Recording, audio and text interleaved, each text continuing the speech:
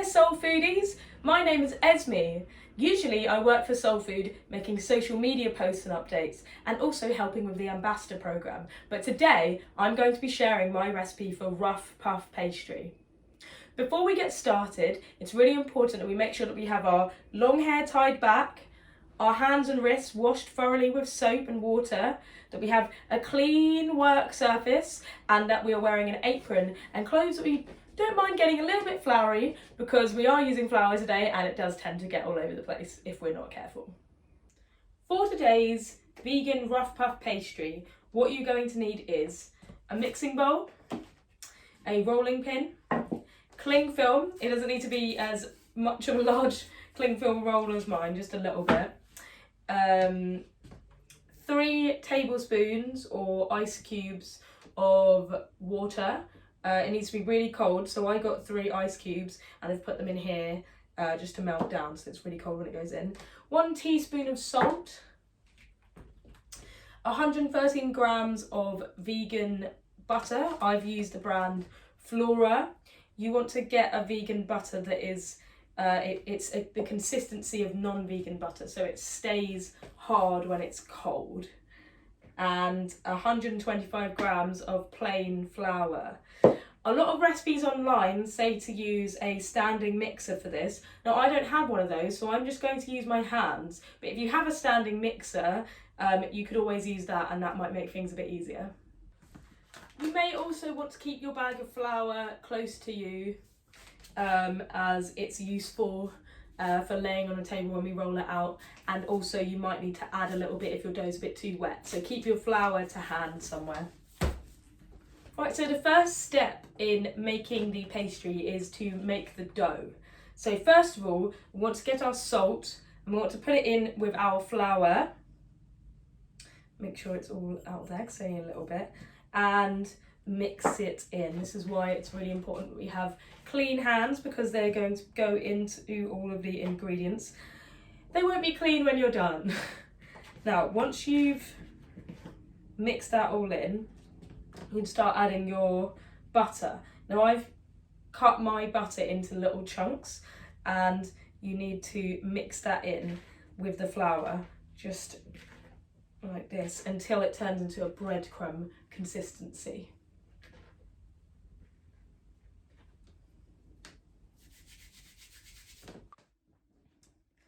So you get pieces of butter, plonk it in there, and you just sort of pinch them together.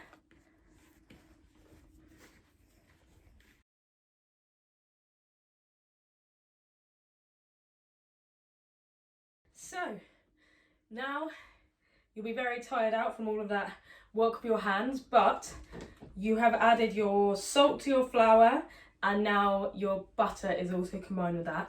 We're going to add our 3 tablespoons of ice water into there as well, and then mix that up. Now what we're aiming to get with this is a nice non-sticky dough-like consistency. What I'm seeing with mine right now is that it might be a little bit too wet, so I'm going to transfer my ball of dough, if we can call it that, into another non-wet bowl, and I'm going to add a little bit more flour because I guess that something like this might happen. So just bit by bit add a tiny bit, and we want it to be a nice pliable but definitely dough-like consistency, not sticky.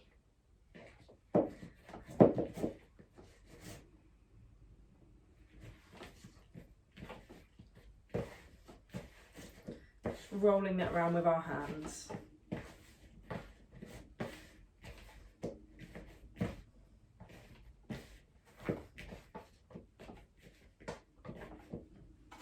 Tiny bit more.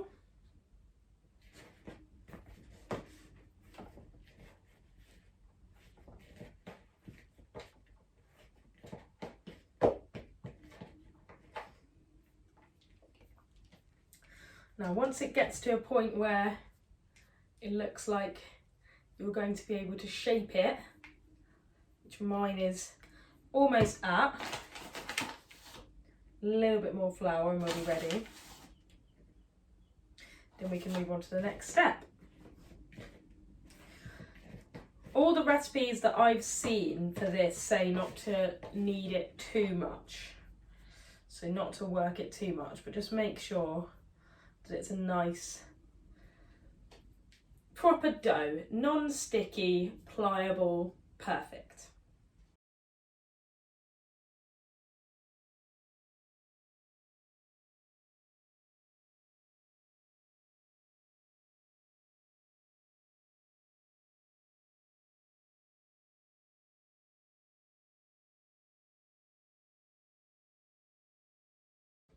Right, now that we have our dough ball, we need to shape it and put it in the fridge to cool down. So first of all, get your cling film and get enough of it to cover the whole thing.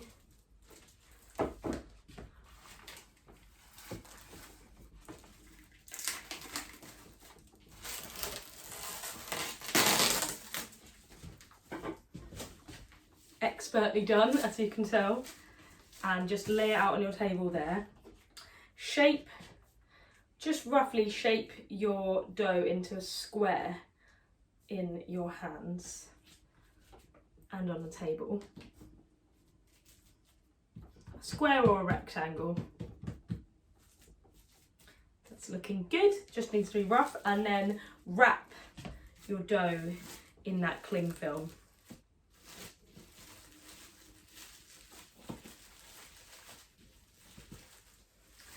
So now it's time to put this into your fridge and leave it for half an hour. If you're being really clever with time, this half an hour is actually a perfect time to do all your washing up. So I'm going to go do that and I'll see you in half an hour. Now that your dough has spent half an hour chilling in the fridge, it's time to roll it out. So for this section, you're going to need your rolling pin, obviously your square of dough, and some flour. So the flour, we're going to just sprinkle a little bit on your work surface, and it's to stop the dough from sticking to the table. If at any point it does get too sticky, just add a little bit more flour to your table. Put that down here. Another top tip for this section is also to keep your dough nice and cool. If at any point it starts to get warm, put it back in the fridge for a couple of minutes. Right, so what you need to do, take out your square of dough, place it on top of your floured surface, put this cling film away, and then you're going to roll it so that it makes a rectangle. I'm going to do another close-up cam, which will help explain what's going on. So I've got a nice rectangle here coming along.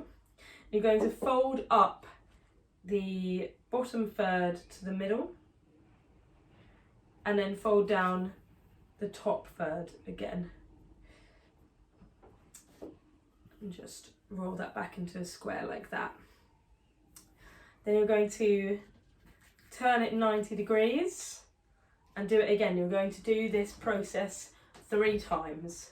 I'm also going to add a little bit of extra flour to my table now, just to make sure that it doesn't stick. Now we have finished rolling out the pastry, it is ready. We just need to refrigerate it again. Now, you will want to refrigerate it again for at least 30 minutes before using, and use it within 2 days of making it. And then just use it as you would a normal puff pastry. So, get your cling film again. I'm going to use the same bit again. Save pastry to save plastic. Save all the pastry, and then just wrap it up again and pop that back into the refrigerator. Make sure you give your hands a thorough wash, as they will have a lot of flour on, just like mine. And there you have it, a super simple, super easy, super quick rough puff pastry that you can try at home. I hope you enjoy making it, and I definitely hope you enjoy eating whatever you use it for. See you later, soul foodies.